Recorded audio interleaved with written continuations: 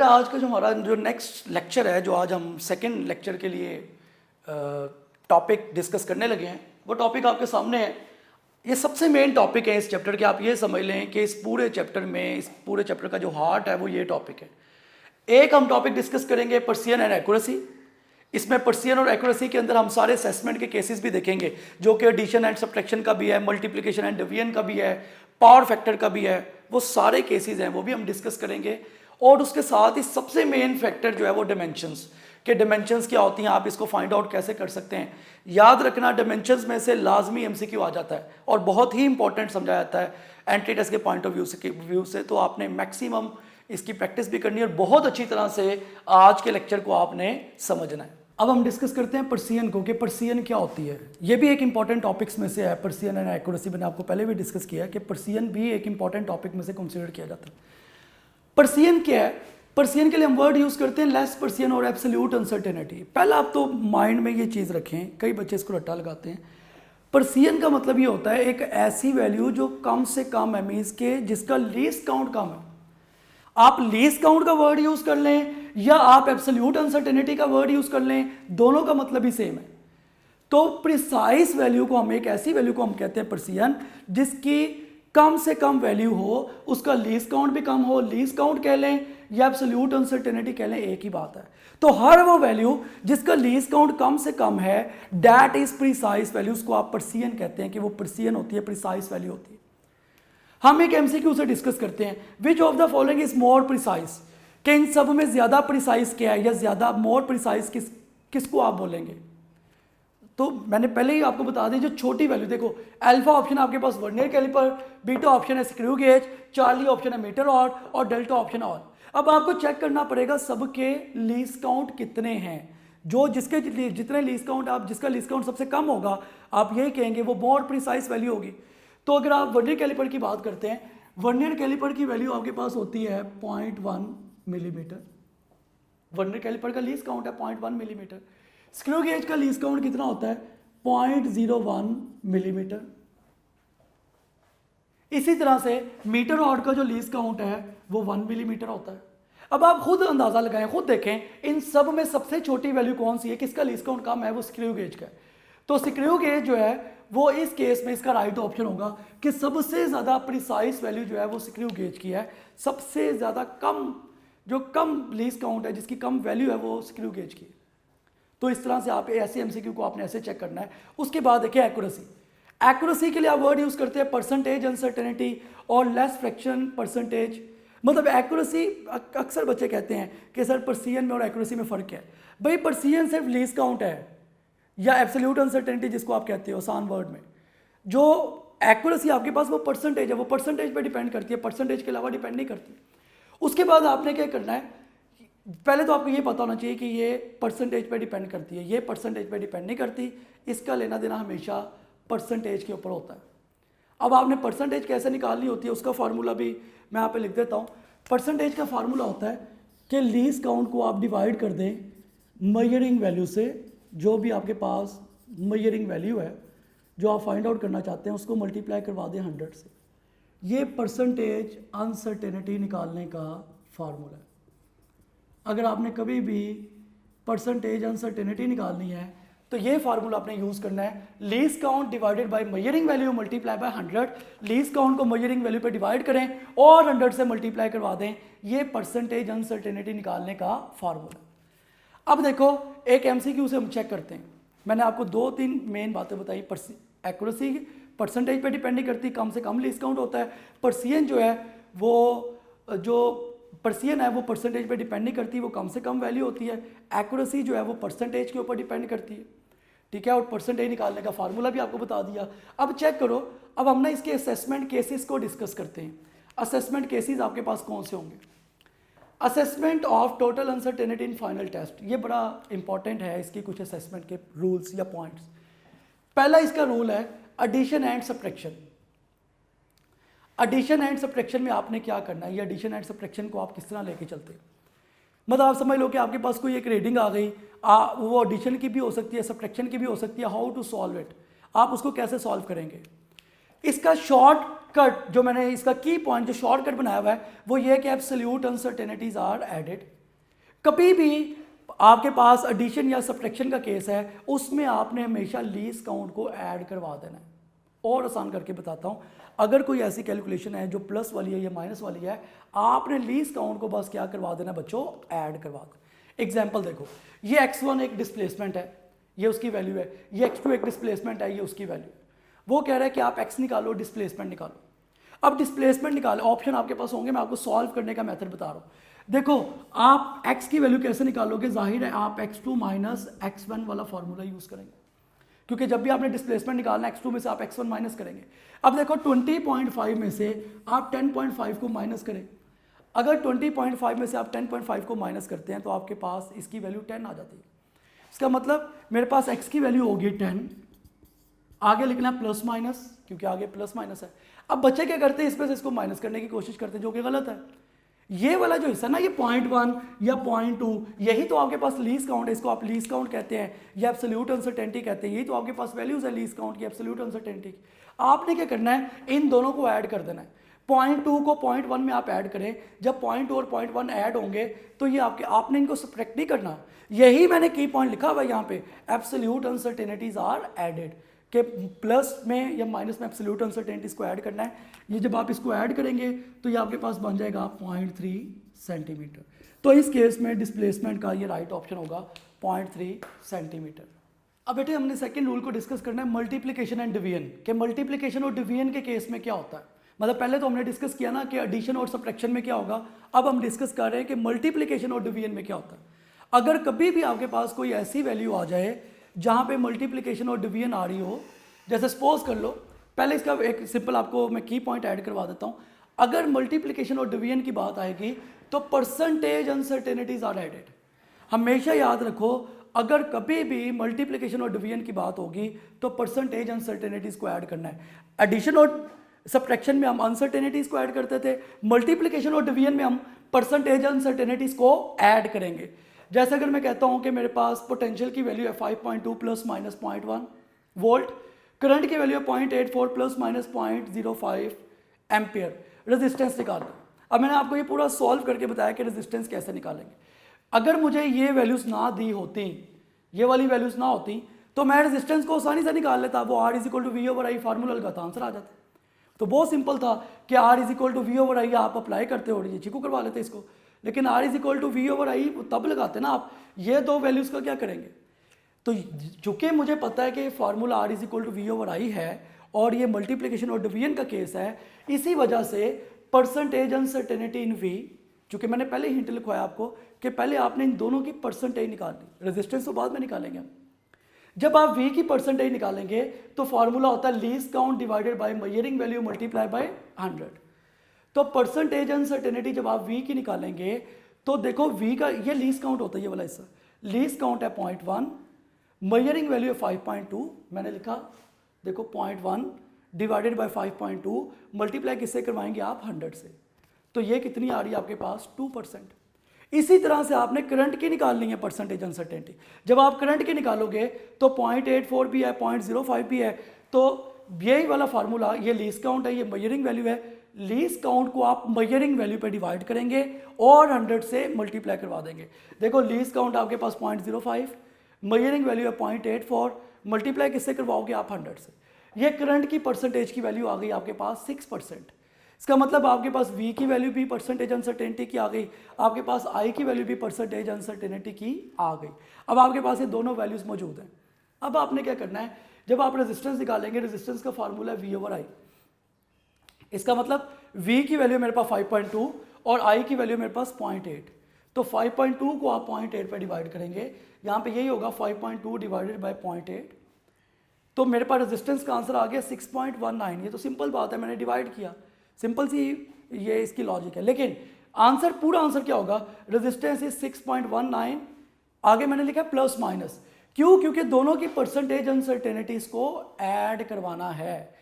इसकी percentage uncertainty मेरे पास 2% और इसकी परसेंटेज अनसर्टेनिटी मेरे पास 6%, तो 6% और 2% को ऐड करो तो कितना बन जाएगा, ये आप बच्चों के पास 8%। तो ये इसका राइट ऑप्शन होगा कि रेजिस्टेंस की वैल्यू है 6.19 प्लस माइनस 8%। तो ये सेकंड केस है कि जब भी आपको डिवीजन और मल्टीप्लिकेशन का होगा तो परसेंटेज अनसर्टेनिटीज जो है वो ऐड हो जाएंगी। अब थर्ड केस पे आ जाओ, which is most important case. आप कह सकते हैं कि ये सारे के सारे केसेस में सबसे ज़्यादा इंपॉर्टेंट कंसीडर किया जाता है, that is power in uncertainty, या पावर फैक्टर क्या होता है अनसर्टेनिटी में। पावर का फार्मूला होता है power multiply by percentage uncertainty. आपने जब भी पावर निकालनी है तो पावर को मल्टीप्लाई करवा दें आप परसेंटेज अनसर्टेनिटी के साथ। मतलब जो भी आपके पास पावर है उसको आप परसेंटेज अनसर्टेनिटी से मल्टीप्लाई करवाएं, दैट इज पावर अनसर्टेनिटी। अब देखो मैं इसके आपको कई एमसीक्यू प्रैक्टिस करवाता हूँ ताकि आपको एक आइडिया हो जाए कि किस तरह से सॉल्व करना है। देखो रेडियस की वैल्यू आपके पास 1% है और वो कहता है percentage uncertainty in volume of sphere. Volume of sphere क्या वो कहता है कि वॉल्यूम ऑफ स्फीयर की परसेंटेज अनसर्टेनिटी निकाले। रेडियस की उसने वैल्यू दी है 1%। अब ऑप्शन आपको दिए होंगे, मैं डायरेक्ट सॉल्व कर रहा हूँ। मुझे पता है वॉल्यूम ऑफ स्फीयर निकालने का फार्मूला होता है 4/3 पाई आर क्यूब। मैंने ये फार्मूला लगाया 4/3 पाई आर क्यूब। जब मैं ये फार्मूला अप्लाई करूँगा, हमेशा याद रखना पावर फैक्टर के अंदर जो भी कांस्टेंट है उनको आपने इग्नोर कर देना। देखो 4/3 पाई, 4/3 भी मैथमेटिकल वैल्यू कांस्टेंट, पाई भी कांस्टेंट, इसको आपने इग्नोर कर देना। ये रूल है, दोबारा सुन लो। जब भी आप power in uncertainty find out करोगे, जो भी कांस्टेंट होगा आपने उसको इग्नोर कर देना है। मैंने 4/3 और पाई को इग्नोर किया, मेरे पास रह गया v = r³। अब देखो ये फार्मूला लगाओ, क्या फार्मूला है, इसकी पावर कितनी है आपके पास 3, इधर आ जाएगा 3 मल्टीप्लाई बाय r%, चूंकि r के ऊपर पावर थी तो पावर शुरू में आ गई, मीन्स की पावर मल्टीप्लाई बाय जिसके ऊपर पावर थी, तो ये आ गया 3 मल्टीप्लाई बाय r%। जब आप इसको मल्टीप्लाई करवाएंगे तो 3 मल्टीप्लाई बाय r की वैल्यू उसने आपको दी हुई है 1%, तो 3 को 1% से मल्टीप्लाई करोगे तो आंसर आपके पास कितना आ जाएगा 3%। तो इस केस में जो इसका राइट ऑप्शन, अगर आपके पास ऑप्शन गिवन होते तो इसका जो आंसर आपके पास वो कितना आ रहा है 3%। अब और इसके एमसीक्यू करते हैं डिफरेंट ताकि आपकी इसकी प्रैक्टिस हो जाए। अब बेटा हम एमसीक्यू डिस्कस करते हैं। जैसे आपके पास मैस की वैल्यू है 1% और वेलोसिटी की वैल्यू आपके पास 2%, वो कह रहा है काइनेटिक एनर्जी निकालें। ऑप्शन ये आपके पास 3%, 4%, 5% और 8%। तो इस तरह के एमसीक्यू को कैसे सॉल्व करते हैं, देखिए काइनेटिक एनर्जी का फार्मूला है ½ mv², ठीक है। अब आपने क्या करना है, आपने 1/2 तो कांस्टेंट है, इसको आपने इग्नोर कर देना। इग्नोर इसको, कांस्टेंट तो कंसीडर ही नहीं होते। 1/2 को इग्नोर करोगे, सिंपली रह जाएगा mv²। अब देखो ये आपस में मल्टीप्लाई हो रहे हैं, जब दो चीज़ें मल्टीप्लाई होती हैं तो एक्चुअली वो ऐड हो जाती हैं। ये दोनों मल्टीप्लाई हो रही हैं तो आपने इनको ऐड करवा देना, ये दोनों ऐड हो जाएंगी। जब ये ऐड होंगी m + v², अब देखो ये पावर 2 है इसमें, v² का मतलब ये 2 पावर।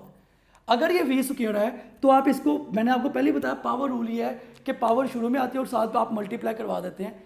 यह आपके पास हो गया m + v² का मतलब है v² की जगह आप लिखेंगे 2 × v%, ठीक है। जब अब आप सिंपली इसमें वैल्यूज लगा दो, काइनेटिक एनर्जी की वैल्यू आपके पास होगी 1% प्लस 2 मल्टीप्लाई बाय जो आपके पास पोटेंशियल की वैल्यू वो 2%, मल्टीप्लाई कराओ तो ये आपके पास टोटल आंसर ऐड करके कितना हो गया 5%। तो इस तरह के भी एमसीक्यू आते हैं। उसके अलावा नेक्स्ट जो इसमें है अनसर्टेनिटी इन टाइमिंग एक्सपेरिमेंट, उसमें आप लोगों ने क्या करना होता है, आपने सिंपल सा ये फार्मूला याद रखना है। वो फार्मूला क्या आपके पास कि required time is equal to given time over number of vibrations plus least count over number of vibrations. कभी भी आपको कोई भी डाटा आ जाए, अगर उसमें ये चीज़ें उसमें गिवन है, मीन्स कि उसने आपको नंबर ऑफ वाइब्रेशंस दी होंगी और उसने आपको लीस्ट काउंट बताया होगा, जैसे स्क्रू गेज है, वर्नियर कैलिपर है या लीस्ट कोई भी आपके पास है, आपने सिंपली क्या करना है, ये दोनों में वैल्यूज़ लगानी है। इस फार्मूले में जब आप वैल्यूज़ लगाएंगे आपके पास आंसर आ जाएगा, और इससे ज़्यादा इसमें कुछ भी नहीं करना, सिर्फ फार्मूला में आपने वैल्यूज़ लगानी है तो आपके पास इसका राइट ऑप्शन आ जाएगा। बेटे अब जो हमारा नेक्स्ट टॉपिक है वो है डिमेंशन, कि डिमेंशंस क्या होती है। देखिए डिमेंशंस का नाम सुनते ही आपके माइंड में ये चीज़ आ जानी चाहिए कि डिमेंशंस जो है वो सबसे पहले क्वालिटेटिव नेचर को डिस्कस करती है। मतलब डिमेंशंस का क्वांटिटी से नहीं होता कुछ, डिमेंशन क्वालिटी का बताती है। उसके बाद प्रिंसिपल ऑफ होमोजेनिटी का मतलब है कि डिमेंशन हमें ये बताती है कि लेफ्ट हैंड साइड और राइट हैंड साइड इक्वल आ रही है कि नहीं आ रही, उनका इक्वल होना भी ज़रूरी है। उसके बाद करेक्टनेस ऑफ द इक्वेशन, मतलब डिमेंशन आपको इक्वेशन की करेक्टनेस का बताती है कि इक्वेशन कितनी करेक्ट है। इक्वेशन अगर लेफ्ट हैंड साइड और राइट हैंड साइड इक्वल होगी तो वो इक्वेशन वैलिड होगी, अदरवाइज वो इक्वेशन वैलिड नहीं होगी। अच्छा, कुछ डिमेंशंस है जो मैंने बोर्ड पे लिख दी हैं, जैसे लेंथ की डिमेंशन एल है, मैस की एम है, टाइम की टी है, ठीक है, टेम्परेचर की केल्विन है, के से आप रिप्रेजेंट करते हैं, अमाउंट ऑफ सब्सटेंस की मोल है, इसी तरह से करंट की एम्पेयर है, इंटेंसिटी ऑफ लाइट की कैंडल है, उन्हीं के जो यूनिट होते हैं एक्चुअली वहाँ से डिमेंशन निकलती है। कुछ ऐसे हमारे पास फैक्टर्स हैं जिनकी डिमेंशन हमेशा सेम होती है, जैसे वॉक, टॉक, कपल, इन सबके डिमेंशन सेम है, इनका फार्मूलाज भी सेम है। इसी तरह से pressure, stress, Young's modulus, bulk modulus, shear modulus, बच्चों इन सबकी भी डिमेंशन जो है वो हमेशा सेम होती है, इनकी डिमेंशन हमेशा इक्वल आएगी क्योंकि इनके यूनिट सेम है। इसी तरह से स्ट्रेन, रिफ्रैक्टिव इंडेक्स, क्योंकि स्ट्रेन भी एक यूनिटलेस क्वांटिटी है, रिफ्रैक्टिव इंडेक्स भी यूनिटलेस क्वांटिटी है, उसकी कोई डिमेंशन नहीं होती। अच्छा, ये प्रैक्टिस के लिए मैंने एक एमसीक्यू लिखा है कि dimension ratio of angular momentum to linear momentum, क्या आपने डिमेंशन की रेशियो लेनी है एंगुलर मोमेंटम की लीनियर मोमेंटम पर, वो क्या होगी। अब अगर आपको इन दोनों के फार्मूलाज आते हैं तो आप इसे सॉल्व कर लेंगे, अदरवाइज आपके लिए सॉल्व करना मुश्किल होगा। अब देखो एंगुलर मोमेंटम जो है आप उसको एल से रिप्रेजेंट करते हैं, इसका फार्मूला होता है आपके पास mvr, ये एंगुलर मोमेंटम का फार्मूला है। और दूसरी वो बात कर रहा है लीनियर मोमेंटम, तो लीनियर मोमेंटम को आप p से रिप्रेजेंट करते हैं, इसका फार्मूला होता है mv। तो सिंपली अब आप इनकी रेशो ले लो, क्योंकि एमसीक्यू में भी रेशो ही है, तो आप इनकी रेशो ले लो। जब आप रेशो लोगे तो angular momentum to linear momentum is equal to, ये आपके पास होगा mvr डिवाइडेड बाय फ्रैक्शन में लिखा हुआ है mv, क्योंकि एंगुलर मोमेंटम का फार्मूला mvr होता है और लीनियर मोमेंटम का फार्मूला आपके पास mv होता है। जब आप इसको सॉल्व करेंगे ये दोनों कैंसिल आउट हो जाएंगे, तो एंगुलर टू लीनियर मोमेंटम की जो रेशियो है वो आपके पास r के इक्वल आएगी। r का मतलब होता है रेडियस, डिस्टेंस। तो डिस्टेंस की आपको पता है कि डिस्टेंस की डिमेंशन को आप लेंथ में लिखते हैं, तो इसका जो राइट ऑप्शन होगा वो आपके पास L होगा। तो इस तरह से ये स्टेटमेंट कभी आपको सिंपल नहीं आएगी, एंटी टेस्ट में हमेशा कॉम्प्लेक्स स्टेटमेंट आएगी। तो देखो इसमें कोई भी और ऑप्शन नहीं इसका बन रहा, सिर्फ आपके पास जो इसका राइट ऑप्शन है वो बीटा ऑप्शन है, बीटा इज राइट ऑप्शन। बेटा इस तरह के भी एमसीक्यूज आपको आते हैं, ये याद रखिए। इस तरह के ई कैट के अलावा भी आपको नस्ट में, बाकी यूनिवर्सिटीज़ में भी ऐसे आते हैं, तो मैं चाहता हूँ आपको यहाँ पे इसकी प्रैक्टिस करवा दूँ। देखो उसने आपको एक वैल्यू, एक आपको उसने फार्मूला दिया हुआ है, टी डायरेक्टली प्रोपोर्शनल 12 पावर ए और जी पावर बी, ऐसे ही ये पास पेपर के एमसीक्यूज है जिसमें मैं आपको ये करवा रहा हूँ। वो किस तरह से कोई फार्मूला दे देता है, वो कहता है ए और बी की वैल्यू क्या होगी अगर टी जो है वो टाइम पीरियड को रिप्रेजेंट कर रहा है। सिंपल एमसीक्यू कि ए और बी की इस फार्मूले में वैल्यू क्या होगी अगर टी जो है वो टाइम पीरियड को रिप्रेजेंट कर रहा है। अब पहली चीज़ तो आपने अपने माइंड में ये लेके आनी है कि यहाँ पे ये फार्मूला किसका बन रहा है। जिस तरह देखते ही टी डायरेक्टली प्रोपोर्शनल 12 पावर ए जी पावर बी, तो आप बच्चे यहाँ पे समझ जाओगे कि ये टाइम पीरियड ऑफ पेंडुलम का ही फार्मूला है, क्योंकि टाइम पीरियड ऑफ पेंडुलम में भी एल आता है और जी आता है। तो इसका मतलब ये है कि for an time period of pendulum का फार्मूला लिखो 2 pi square root L over G, ये टाइम पीरियड का फार्मूला होता है। जैसा कि आप सब बच्चों को पता है कि डिमेंशंस जो है वो कांस्टेंट को डील नहीं करती, तो 2 पाई यहाँ पे कांस्टेंट है, इसको आप कैंसिल आउट कर दें। यहाँ पे आपके पास सिंपली रह जाएगा t is equal to L over G, total का स्क्वायर रूट था तो स्क्वायर रूट को मैं ऐसे लिख सकता हूँ कि टोटल पावर 1/2, ऐसा लिख सकता हूँ। इसका मतलब मैं इसको ऐसा भी लिख सकता हूँ t is equal to L power 1/2 और g पावर, क्योंकि g नीचे है, जब g ऊपर में लिखूंगा तो इसकी पावर हो जाएगी -1/2। ये बड़ा मेन एमसीक्यू है कि जो उसने फार्मूला दिया, जो उसने दिया होगा उसके मुताबिक आप फार्मूला लिखें।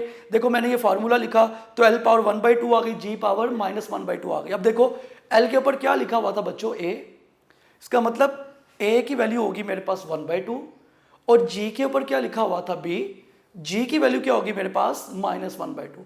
तो यहाँ से मुझे आइडिया हो गया कि ए की वैल्यू 1/2 आनी चाहिए और बी की वैल्यू -1/2, तो इसका राइट ऑप्शन आपके पास चार्ली ऑप्शन होगा, क्योंकि ए की वैल्यू 1/2 है और बी की वैल्यू जो है वो आपके पास -1/2 है। इस फॉर्मेट पे भी आते हैं। आसान तरीका ये है कि जो एमसीक्यू आए पहले उसके फार्मूले को अंडरस्टैंड करें, सॉल्व हो जाएगा एमसीक्यू आपसे। उसके बाद एक ये लास्ट एमसीक्यू इस चैप्टर का देख लें, ये हम लास्ट एमसीक्यू इस चैप्टर का डिस्कस करने वाले हैं। एक दफ़ा इस तरह भी एमसीक्यू आया कि उसने एक इक्वेशन दे दी x is equal to at² plus bt। उसने कहा यहाँ पे x जो है ये डिस्प्लेसमेंट है, वो आपको बताएगा डाटा में कि x यहाँ पे डिस्प्लेसमेंट है, t यहाँ पे टाइम है, टाइम को रिप्रेजेंट कर रहा है, ये भी t यहाँ पे टाइम को रिप्रेजेंट कर रहा है। ये उसने डाटा दे दिया। उसने कहा यहाँ पे x डिस्प्लेसमेंट है, t टाइम है, आप a और b का यूनिट निकालें, a और b का यूनिट क्या होगा या a और b की वैल्यूज क्या हों। अब बाजार तो ये बड़ा मुश्किल लगता है कि इस तरह के एमसीक्यू को सॉल्व करना आसान नहीं है। तरीका समझ लो। अगर इस फॉर्मेट पे एमसीक्यू आए तो आपने क्या करना है, यहाँ पे आप एक दरमियान में लाइन लगाएं। देखो x is equal to A T square plus B T, इस तरह की जो जब प्लस वाली वैल्यूज आती है ना तो या माइनस वाली भी हो तो आपने इसको ब्रेक करके लिखना है। मतलब आपने इसको ऐसे लिखना है, कंपेयर करना है x is equal to A T square और यहाँ पे आप लिखो x is equal to B T. मतलब x को पहले ए टी स्क्र के साथ लिख दो, फिर x को आप बी टी के साथ लिख दो। ठीक हो गया, पहले x को ए टी स्क्र के साथ फिर x को बी टी स्क्र के साथ। अब खुद देखो x जो डिस्प्लेसमेंट है इसका यूनिट क्या होगा, मीटर। a वैसे ही आ गया। टाइम का यूनिट क्या होता है बच्चों, सेकंड, तो टाइम का स्क्वायर है तो क्या होगा, सेकंड स्क्वायर। यहाँ से आप a की वैल्यू निकाल लो, ये सेकंड स्क्वायर इधर मल्टीप्लाई हो रहा है, इधर आके डिवाइड हो जाएगा, तो a का यूनिट आपके पास आ गया मीटर पर सेकंड स्क्वायर। इसी तरह से b का भी यूनिट निकाल लो, तो यहाँ पे x का unit, x is the distance, इसका यूनिट मीटर होगा, b इंटू टाइम का जो यूनिट है वो आपके पास सेकंड है। यहाँ से अगर आप b की वैल्यू निकालोगे तो मीटर सेकंड मल्टीप्लाई और इधर आके डिवाइड हो जाएगा, b की वैल्यू आ गई मीटर पर सेकंड। तो इसका मतलब जब भी ऐसा एमसीक्यू आए आप कंपेयर करके दोनों की वैल्यूज निकाल लें। तो राइट ऑप्शन होगा मेरे पास मीटर पर सेकंड स्क्वायर और मीटर पर सेकंड। तो इसका मतलब ये है कि अल्फा इज राइट ऑप्शन, क्योंकि अल्फा में a की वैल्यू मीटर पर सेकंड स्क्वायर है और b की मीटर पर सेकंड। बेटे आज हमारा चैप्टर 1 जो है वो कंप्लीट हो गया फंगैट का। ई कैट के लिए, फंगैट के लिए, दोनों आपको पता है दोनों ने यूईटी का टेस्ट देना है। मैक्सिमम प्रैक्टिस करें, जितनी प्रैक्टिस कर सकते हैं उतनी करें, ताकि जैसे ही मैं आपको सेकंड चैप्टर स्टार्ट करवाऊं तो फर्स्ट चैप्टर की आपने मैक्सिमम प्रैक्टिस कर ली हो। तो कल इंशाल्लाह ताला हम जो है वो सेकंड चैप्टर को डिस्कस करेंगे, वेक्टर्स एंड इक्विलिब्रियम को प्रॉपर्ली हम डिस्कस करेंगे एंट्री टेस्ट के पॉइंट ऑफ व्यू से भी, और आपका टेस्ट भी डिस्कस करेंगे इंशाल्लाह। तब तक अल्लाह हाफिज़।